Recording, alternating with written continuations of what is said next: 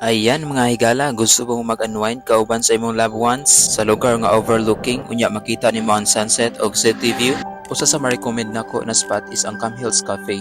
Located ni sila sa Gusa, Cagayan de Oro City. I-search lang sa Google Map. Aside sa simple modern design ug overlooking sa ilang place, ma-witness pa gid nimo ang nindot na sunset.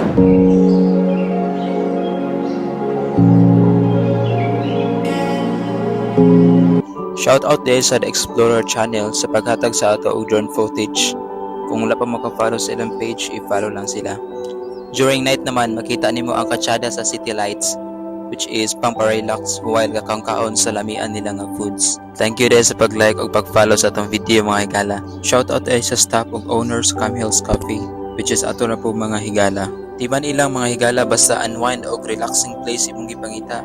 I-appeal na sa imong bucket list ang Cam Hills Cafe.